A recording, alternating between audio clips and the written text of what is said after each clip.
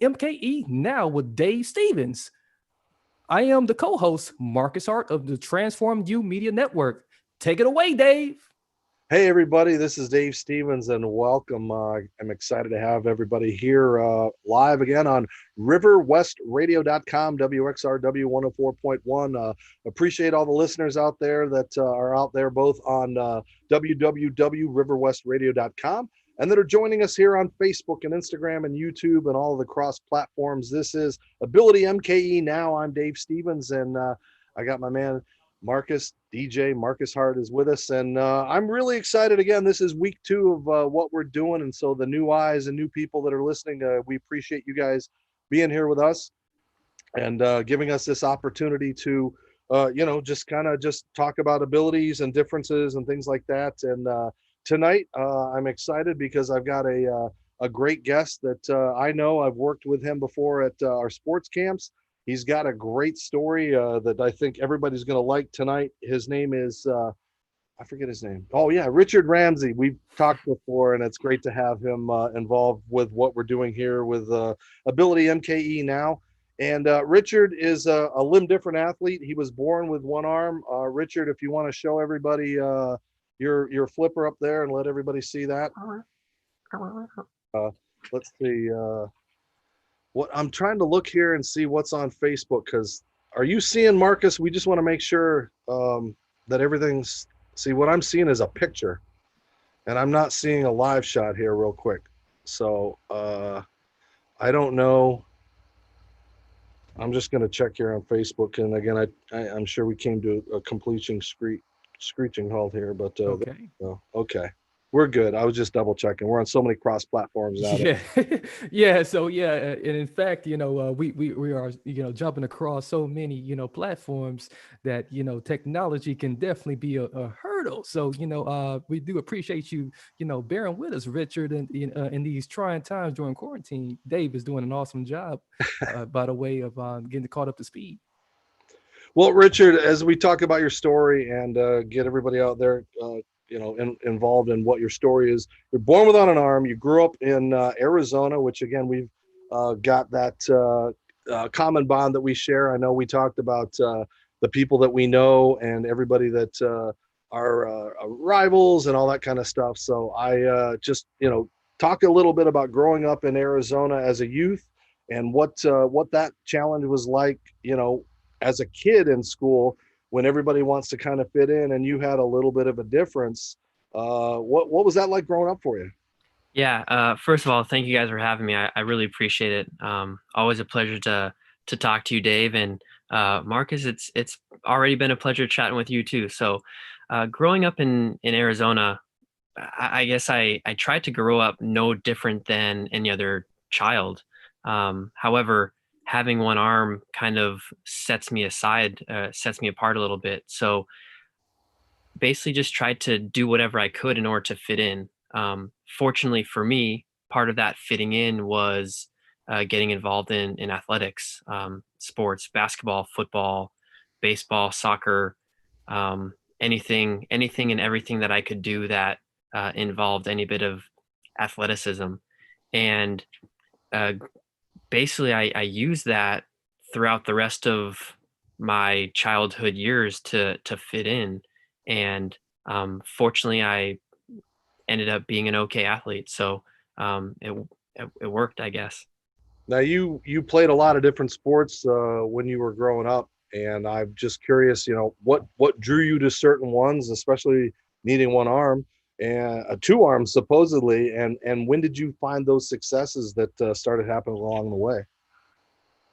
Yeah, to be honest, my whole life, one of the things that really pushed me to get better or push me to go above and beyond was doubt. Um, I use it as fuel to get better at something, and I think one of the reasons that I ended up going to basketball and American football is actually because those were the two of the sports that took the most quote unquote two-handed type activities, um, and it just pushed me to fall in love with both of them, but basketball especially. And you had great success. I mean, you started, making teams, and we had discussed earlier the things that you guys, that you personally overcame. But those successes, what was it like with your teammates early on, trying to go, do I pass him the ball? Is he got the same skills as us, the same skill set? Like, when did that kind of work in where, hey, I'm just part of the team? Yeah, I think I really had to earn a lot of that. Even still to this day, when I go play basketball, specifically with people that I don't know, it always takes some time to get the ball passed to me, or for someone to want me to shoot the basketball. And I think just over time, I had to essentially had to really work for it. It wasn't just, I would go into the game and everyone would think I was a great athlete. I had to truly go out and show everyone that I could hang and that I could actually participate at the same level that they were playing at. So you start to have these successes in high school, and you start excelling in basketball, football. What did that lead to when people started hearing about this one arm kid in Arizona playing sports? I mean, suddenly attention, unwanted attention as an athlete, because for those of us that are limb different, it's tough enough being out there. And as I said, everybody's staring at us. So if they're going to stare at us, you've got to give them a show. You might as well give them something to stare at. So, what was that like as the successes started for you? Yeah, it's really odd. Dave, as you know, being a limb different athlete and being an athlete, that's what we wanted to be seen and noticed at first. We didn't want to be a one arm athlete or a no leg athlete. We wanted to be an athlete. Oh, and by the way, he only has one arm.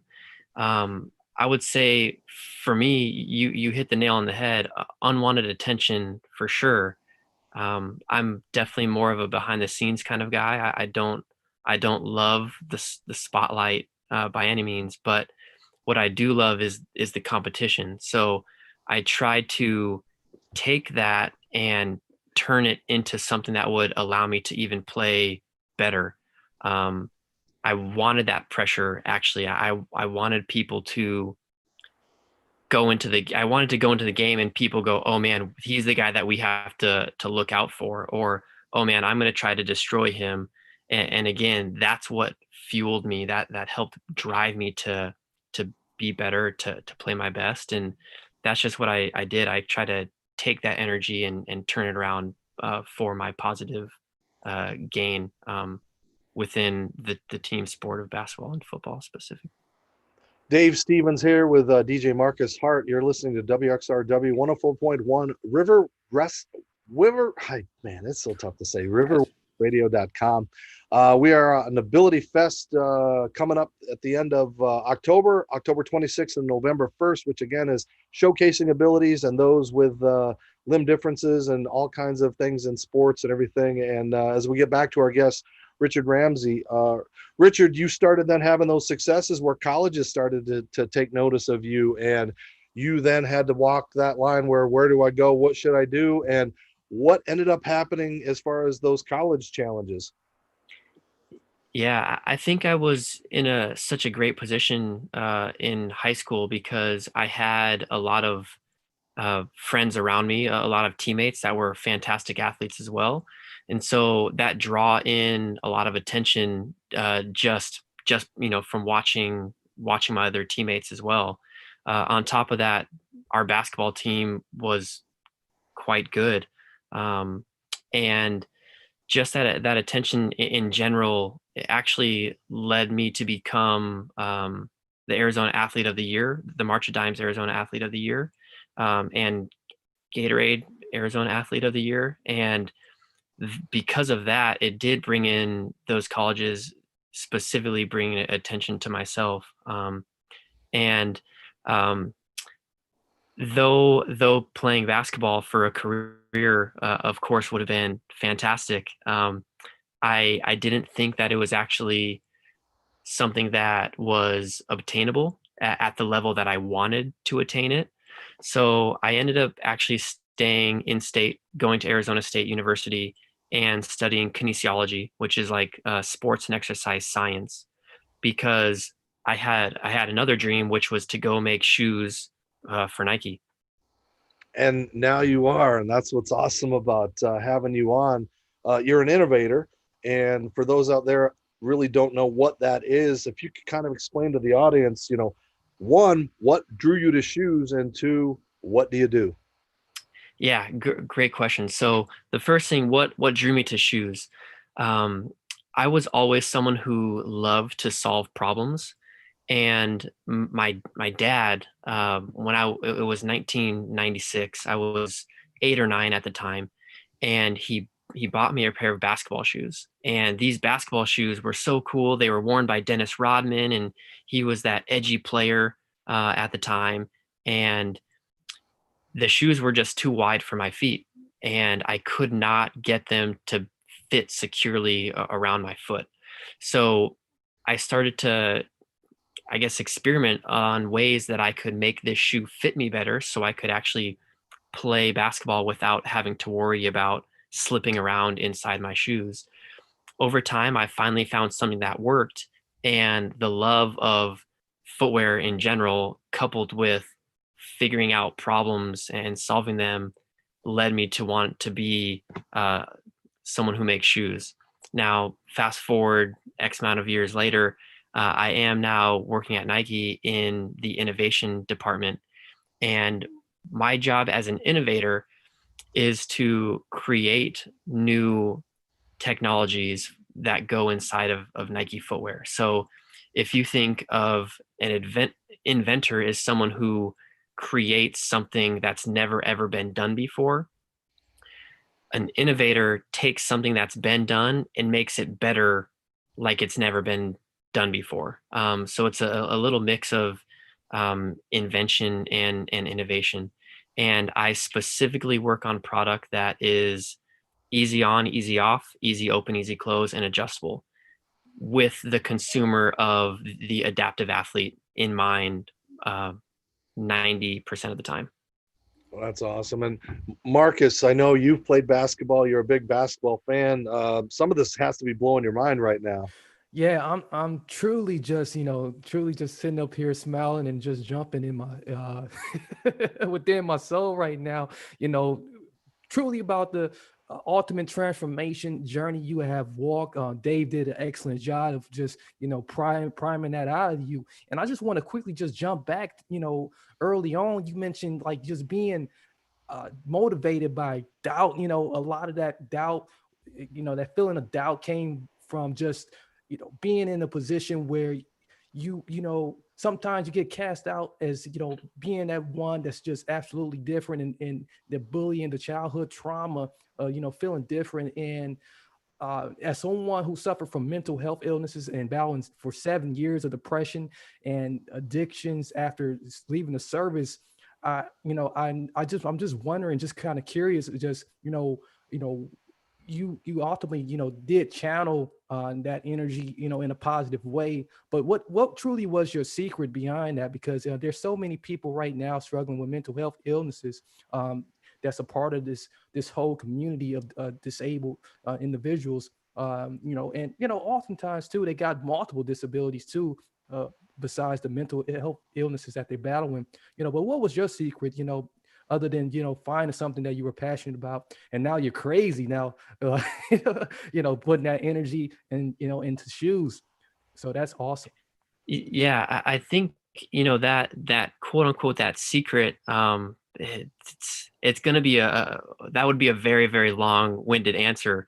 But if I could kind of narrow it down to a few things, first things would be my faith in my relationship with God. I think that really that really pushed me. It took me from any bit of dark time that I might have had, and it brought a light to me.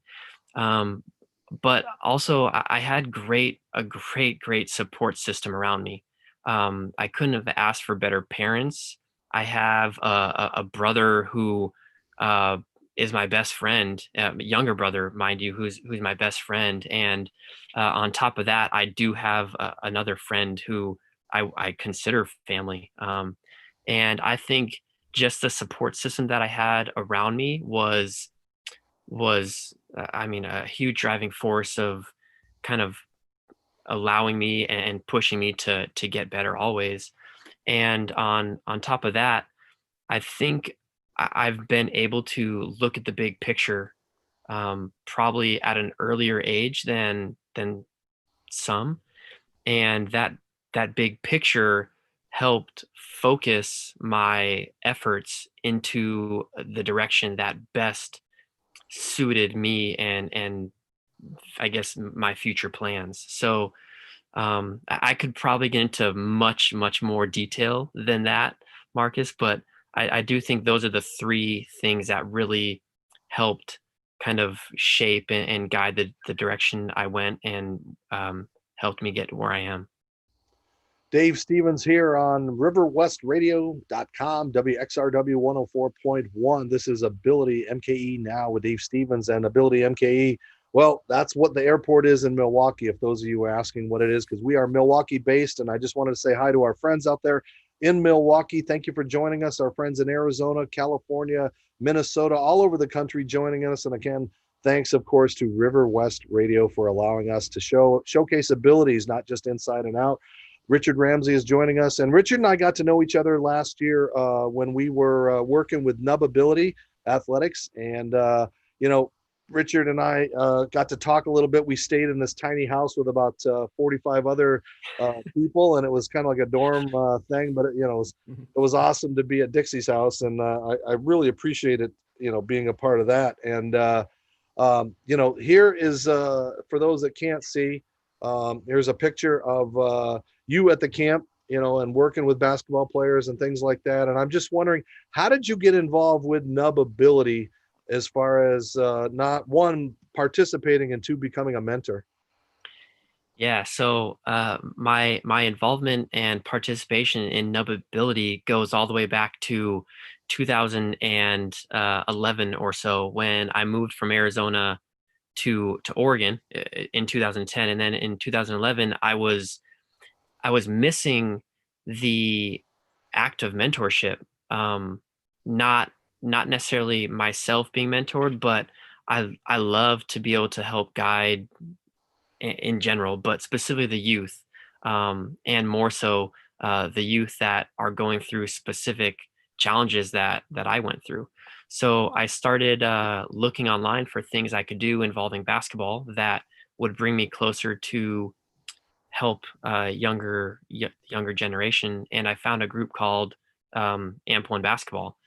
Fast forward about a year or two, and or maybe three, and I was reached out to by Sam's mom, Mrs. Coonert, specifically asking if I'd want to coach at Nubbability, which is a limb different camp.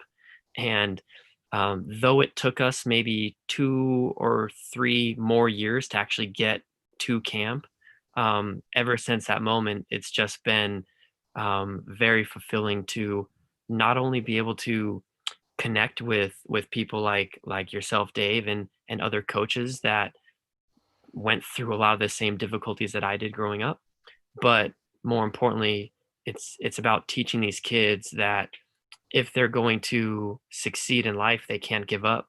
They've got to fail forward.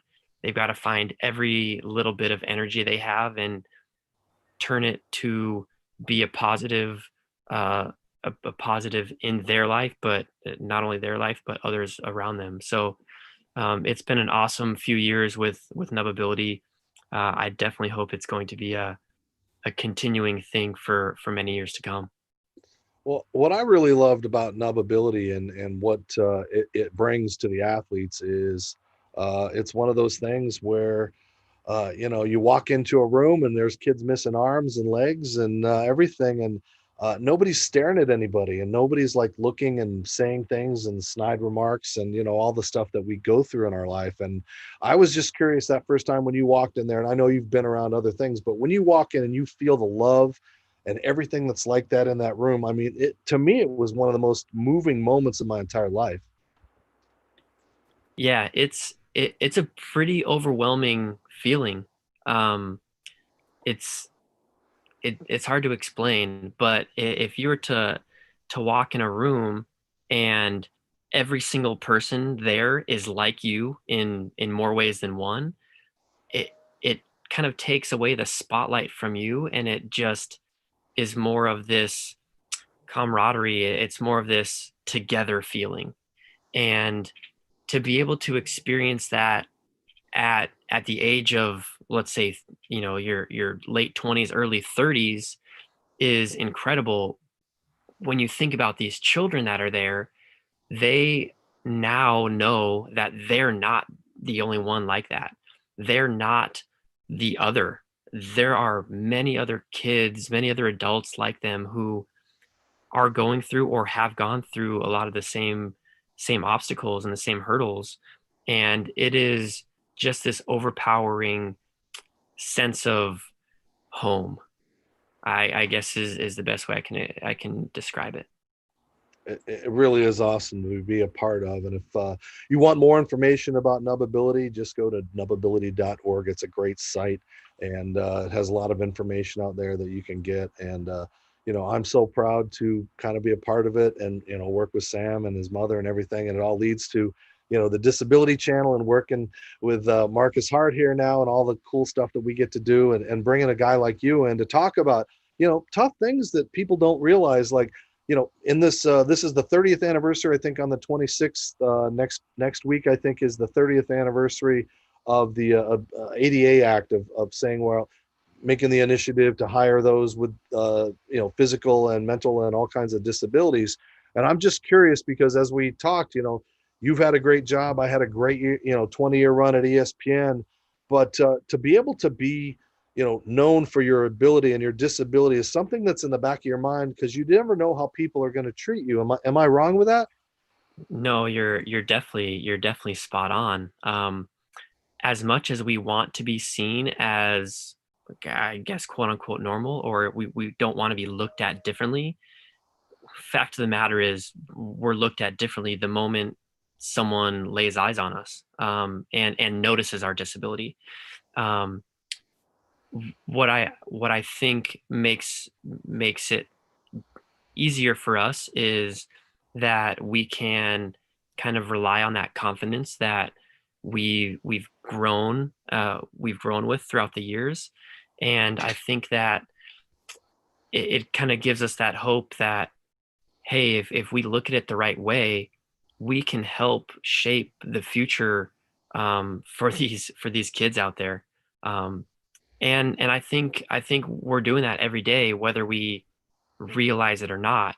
Um, we're essentially being interviewed, and whether that interview is for us or if it's for the next one-armed person that comes along, um, that's kind of what I'm thinking about every day, trying to make sure I'm my best me, so they can live their best life in the future.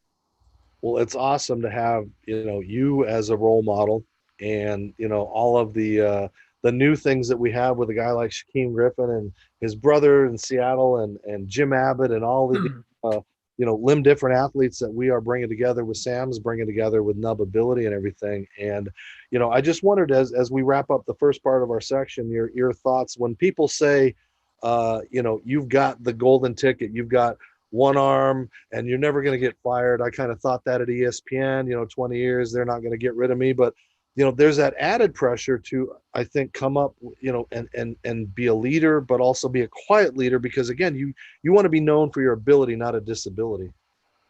Yeah, absolutely. I think a lot of that goes back to, for me at least, it goes back to sport. Um, Quite frankly, I want the best team around me.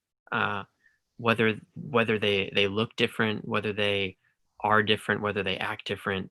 If they're the best person for the position and for the team, that's who I want around me. Now, if I kind of change that perception and I want to make sure that I'm that best person for that team, um, disability aside, I wouldn't ever want to be held on. I wouldn't want to be on a team just because I have a disability. I would want to earn that spot, and I would want to continue to earn that spot. And that's kind of how I'm looking at it, is I'm trying to put myself in the shoes of other teammates who also want the best on their team. Obviously, if you have the best team around you, uh, you can have and reach your fullest potential. So I'm just trying to put myself in everyone else's shoes and make sure that I can be the best teammate for that team at that moment. Um, One arm aside, disability aside, that doesn't matter to me. Well, I know I don't get to put myself in your shoes, but that's a different story. But as we Touche, touche. 5 minutes here on this part, and again, continue with us on the internet and all of our other platforms. Marcus Hart here. Marcus, I just kind of was wondering. I see your eyes light up when he's talking about some of these things and what the processes that are running through your mind as far as jobs and abilities and things like that. It's got to be fascinating to see the perseverance of somebody like Richard. Yes, it's definitely inspiring and definitely encouraging. It definitely represents the fabric of what this country is all about. He mentioned some very key points at the end here about the importance of building a team around you, the right team around you, working with people. Not just because of hey, let's just bring him in because he had disability. He's missing something, and and include him. No, he deserves to be included just as much as the next person because he's just demonstrated himself. um, and we all should be treating everyone that way, across the board. And having gone through just similar experiences in my past life, I can definitely resonate with that, and I'm sure there's a lot of people in this community that definitely resonate with what you're saying right now. uh, in this country. So thank you so much for what you're doing.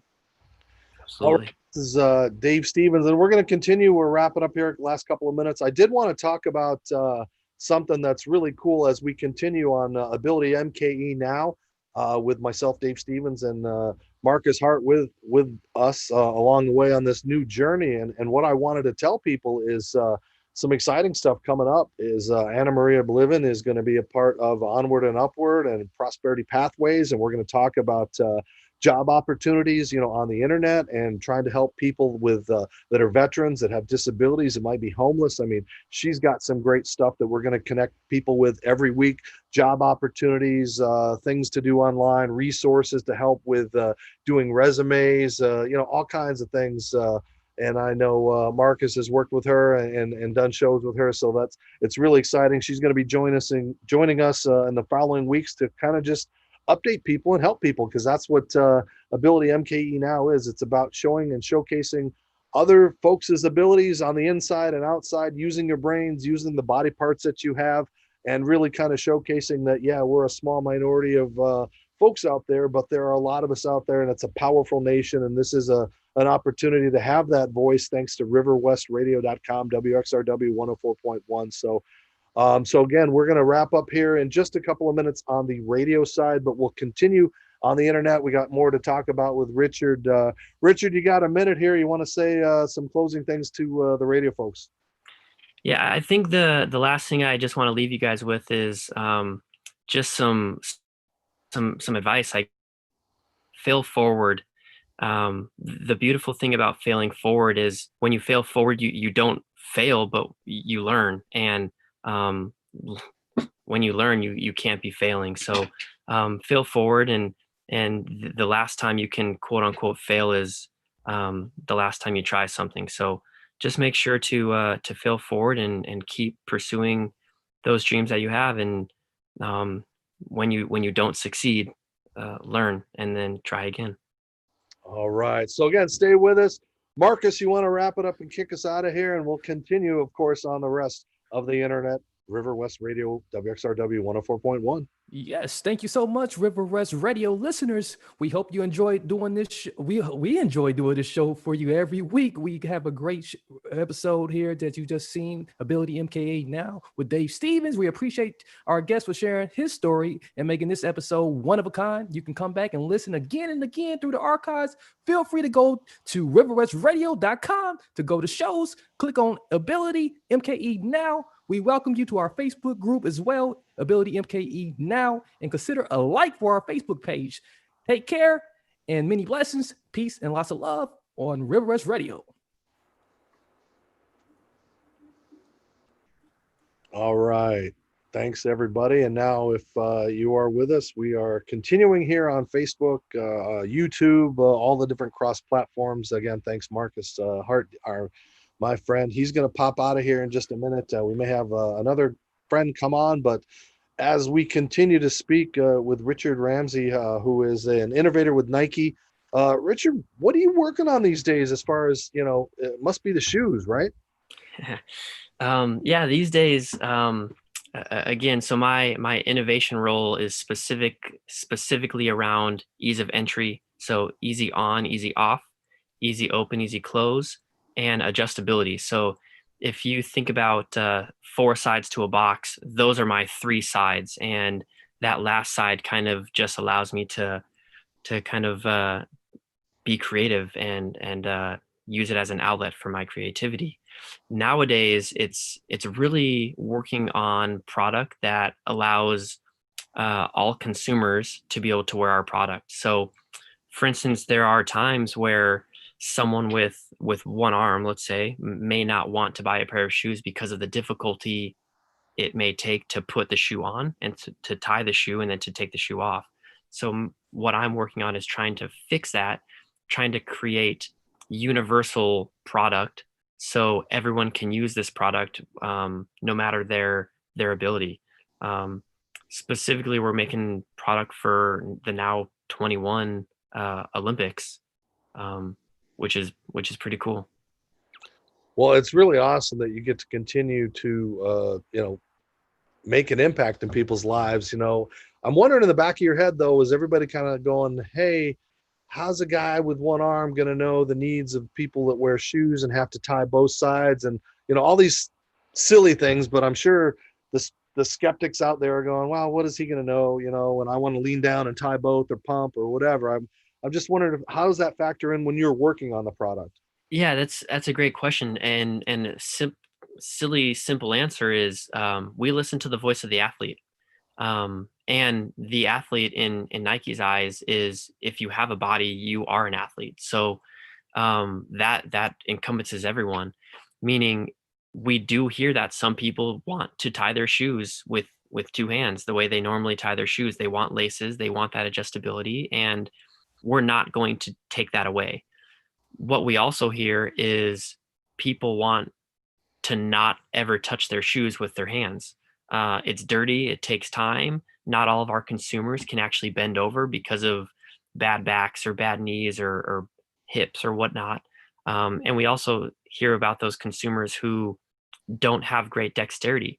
Maybe they only have one hand. Maybe they've got arthritis.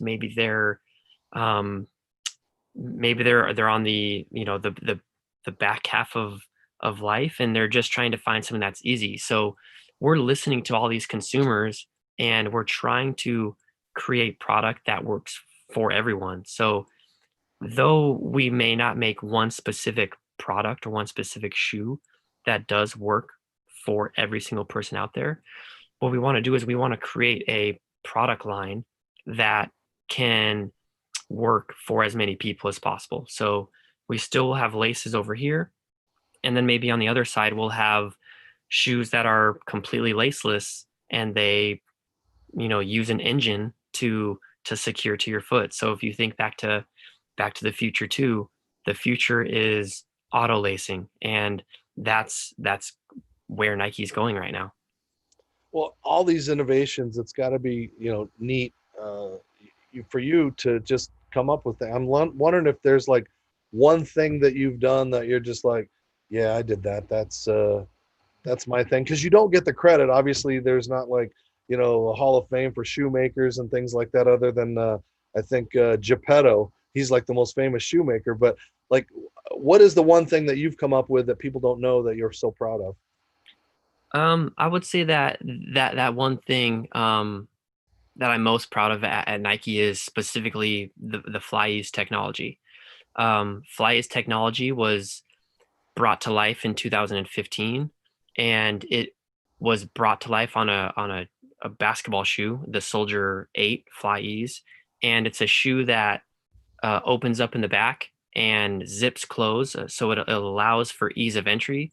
And then as you zip it, the zipper is actually attached to the laces, so you pull the shoe shut and the laces tighten around your foot.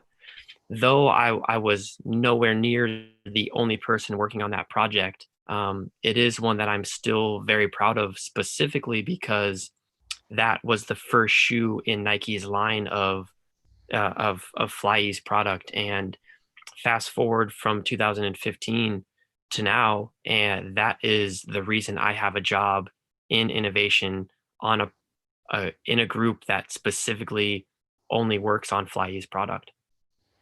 Well, it's awesome. And Richard, I'm so glad that we get a little extra time to talk about this. You're listening to Dave Stevens on Ability MKE now.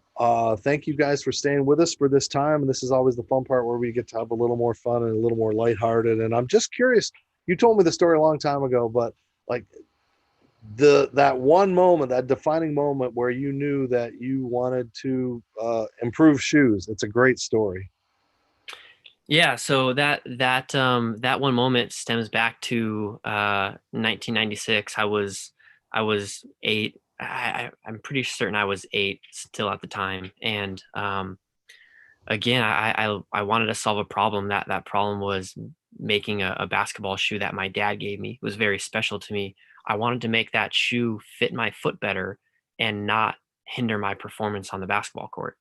Um, that experiments and some time and a lot of frustration later, and I finally got that shoe to actually fit me significantly better. um, once that did fit me better, it was kind of from there on out, it was, oh man, I want to make shoes. Now, the reason I wanted to make shoes for Nike specifically was because Nike uh, was a large company that was proclaiming the message that I was always already trying to proclaim. There is no finish line. Just do it. Those were things that I lived by, just because I had to live that way in order to, again, I feel at the time, in order to succeed. And because of that, there was just automatically a connection. I felt like Nike was my voice, and they also made shoes, and I just wanted to connect the two. Well, you've done it, and you impress people how you carry yourself both on and off the basketball court, the football field, all of the things you've done. I'm just wondering if there's that one defining athletic moment that if you were on a show or they said we were having a beer, like what was that? Is it a high school game, a college game? What was that defining moment where you were this athlete that no one could ever take away, and it didn't matter if you had one arm or no head or whatever, you did this amazing moment that no one can ever take away? Man, I- this is come off the wrong way, but there's probably quite a few of them. But I would say it kind of goes back to um, high school. Again, I mentioned it earlier, but I played on a very, very good basketball team in high school. We're considered the one, if not one of the best Arizona basketball teams ever. And we fortunately got to win back-to-back state championships. And I would say that that second championship was a pretty big deal because it's hard to win back-to-back.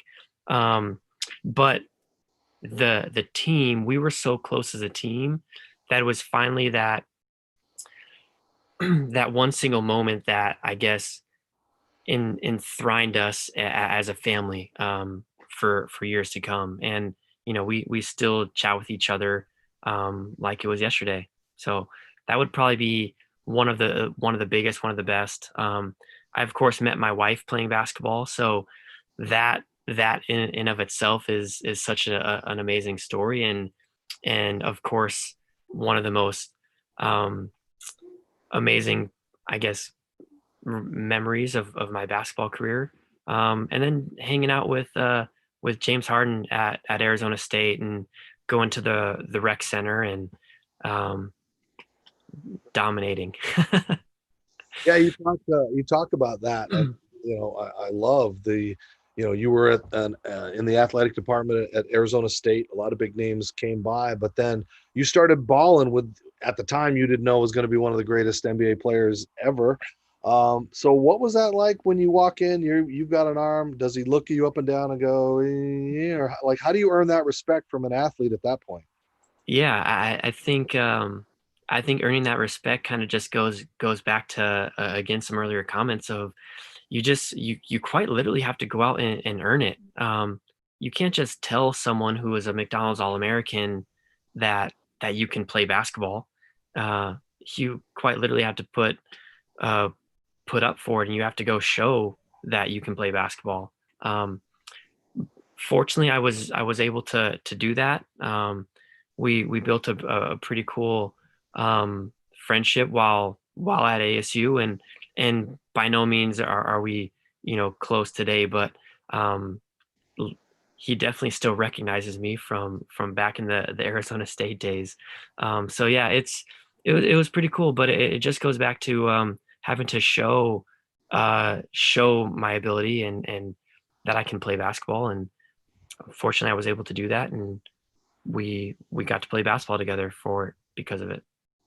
Now you're a father. You've got a couple of young ones, and Yeah. I'm just curious. People don't realize what somebody who's limb different has to go through as an adult, as a parent. We know what it's like to grow up, with a difference. But when you're a parent, it's a whole different thing. One, to learn to do things differently. How do you handle a bottle and carry a baby and do all that stuff with one arm?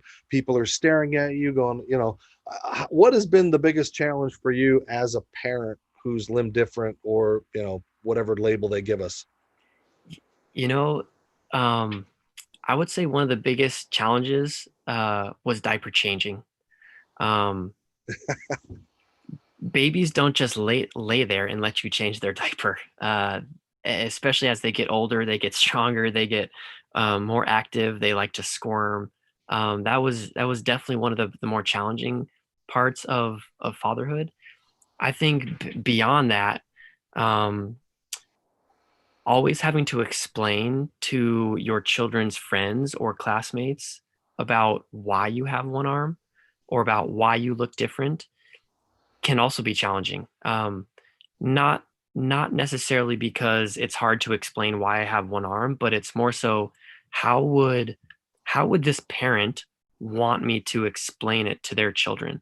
Um, and what can I say that will spark conversation, good conversation with that child and their parent at another time? Those are probably some of the more challenging times. Is just how can I make sure that I'm explaining disability or explaining um, being different in the best way possible uh, that works for a 4-year-old. Has there been a moment, or incident or something where your kids finally noticed or realized daddy was a little different? Yeah, I think um, so I've got to tell this story. I was growing up, and my cousin was like 8 or 9 years old, and he went up to my mom and he's like, "Where's his other arm?" And I just I picture that maybe he was like 7 or 8. I mean, he was not a toddler. He was not a little kid anymore. He was in grade school already. And then fast forward, I've got a child, and I can remember the first time he ever mentioned that I had one arm. We were just talking about getting him a bike, and he said, "Dad, you can ride your bike with one arm because you have one arm, but I'm going to ride my bike with two arms because I have two arms."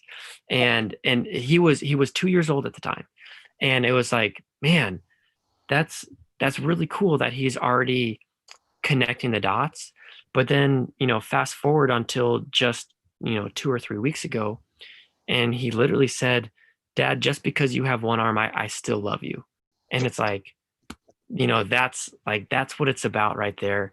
I'm trying to do my best to teach my now 4-year-old that just because someone looks different, just because someone is different, it doesn't mean inside they're any different. And you can love them for who they are, and you should love them for who they are. So, yeah, it's pretty cool. It's definitely one of the more challenging, but also more grateful, fulfilling things as being a parent.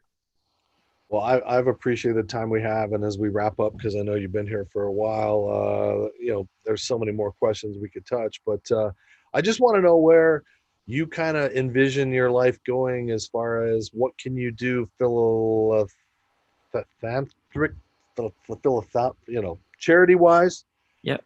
and where what you want your legacy to be as far as um, you know this one-armed kid.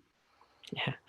Um, in terms of legacy, Dave, I truly mean this when I say this. I really don't care too much about what I'm remembered for. What I want to make sure that I want to make sure that I leave this world in a better place. I've told you before, one of my main goals in life is to bridge the gap between the disabled community and sport. And I hope to do that not only through actually participating in sport, showing that just because you have one arm or you are different doesn't mean you can't partake in that sport at a high level.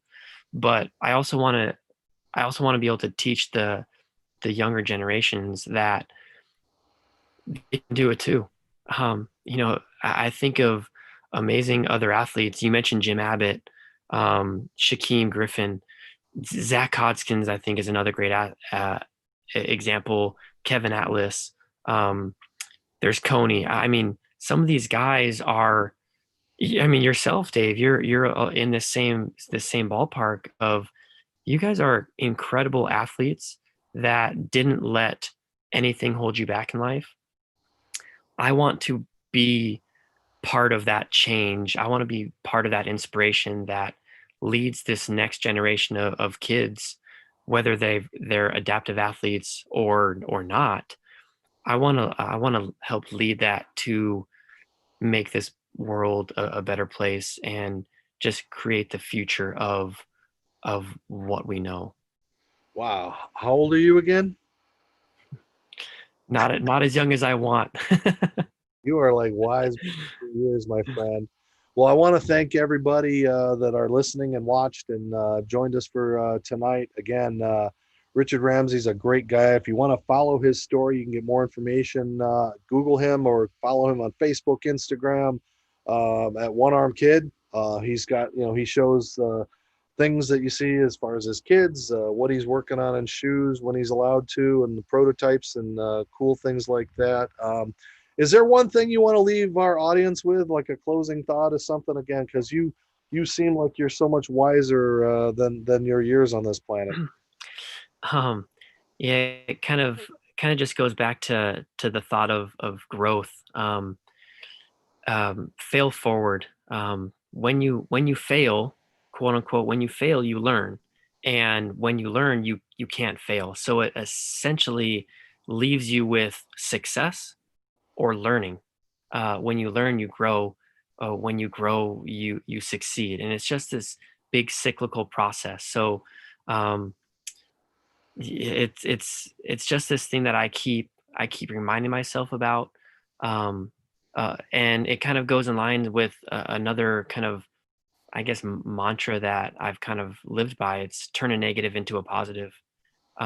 It's along those same lines. Again, if you don't succeed at something, learn from it, work hard at it, make it better the next time.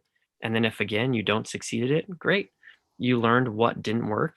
Now go change that up and find something that does, and keep persevering until you get to where you want. Richard Ramsey, man, I always like talking to you. I wish we had more time, but you got kids to deal with, and I appreciate you taking this time to be with us right here on Ability MKE Now. I'm Dave Stevens. Join me every week. Marcus Hart will be here We've got great stuff coming up with Anna Maria Bliven. She'll talk onward and upward, job opportunities, all kinds of things out there, again, to help us, to help ourselves. As we talked about earlier with the Disabilities Act, we've kind of taken a step back, and I'd like to see more people like Richard, to be those role models, those silent leaders that are out there. So thanks again for joining us, Richard. Continue to listen to us every week on riverwestradio.com, WXRW 104.1. Don't forget to follow me a little bit too out there. I've got, Facebook, Instagram, Twitter, YouTube, Dave Stevens Speaks. Just go to it, Google it. You can see all those fun things, all my adventures and goofy things that I do that I shouldn't be doing as a 54-year-old man. But, you